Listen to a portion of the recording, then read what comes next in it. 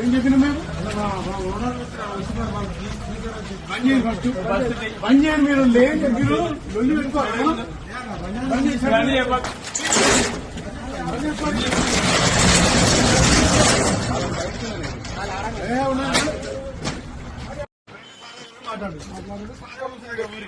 మీరు మొర పెట్టుకోరు. ఇక మాత్రం లోకల్లో నేను చెప్తున్నా తీసి 1 గంట లేదు.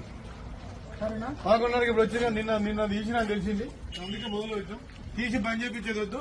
ఫస్ట్ తీయకుండా 1 గంట తీరు నేనుంటే సాయం కదా అంతే. మా సార్ చెప్తే నేను తీసుకుంటాను. వస్తానే ఉన్నాం. మీరు ఇప్పుడు చేసిరనుకో, మీరు పోయినాక తీసి రేపు ఎవరు చూడాడు ఏం చేయడానికి చేసి మీరు చేసుకొని ఇబ్బంది పడకండి. ఓపెన్ చెప్తున్నా, 6 గంటలకు పర్మిట్ రూమ్ 6 గంటలకే పెట్టండి. మళ్ళా మీతోటే మీరు తర్వాత ఇబ్బంది పడతారు. మీకు ఇష్టం పెట్టుకోండి. ఏముండవు అన్ని పడేసే ఉంటుంది. రేపటి నుంచి అయితే ఈ రోజంటే ఏం వంటలేదు. రేపటి నుంచి మాత్రం 6 గంటలకే పెట్టాలి. 6 గంటలకు పర్మిట్ రూమ్ వెయిట్ చేసుకోకూరి, ఇబ్బంది పడకూరి. మీరు ఇబ్బంది పడుతుంది చెప్పి 6 గంటలకు పర్మిట్ రూమ్ గుర్తుపెట్టుకోండి. సరేనా?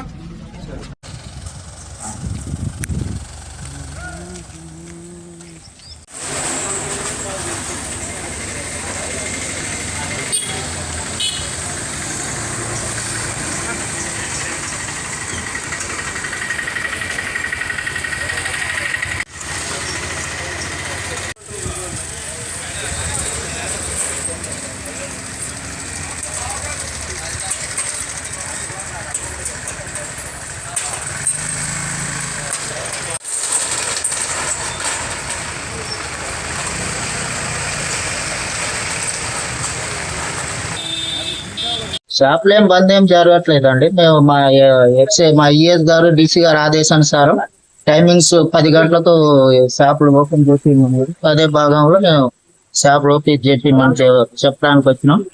ఇంతకుముందు ఎమ్మెల్యే గారు 1 గంటకు దిమ్మని చెప్పారంట. అయితే మేము మా ఈఎస్ డీసీ గారికి కూడా వాళ్ళ దృష్టికి తీసుకెళ్లటం జరిగింది.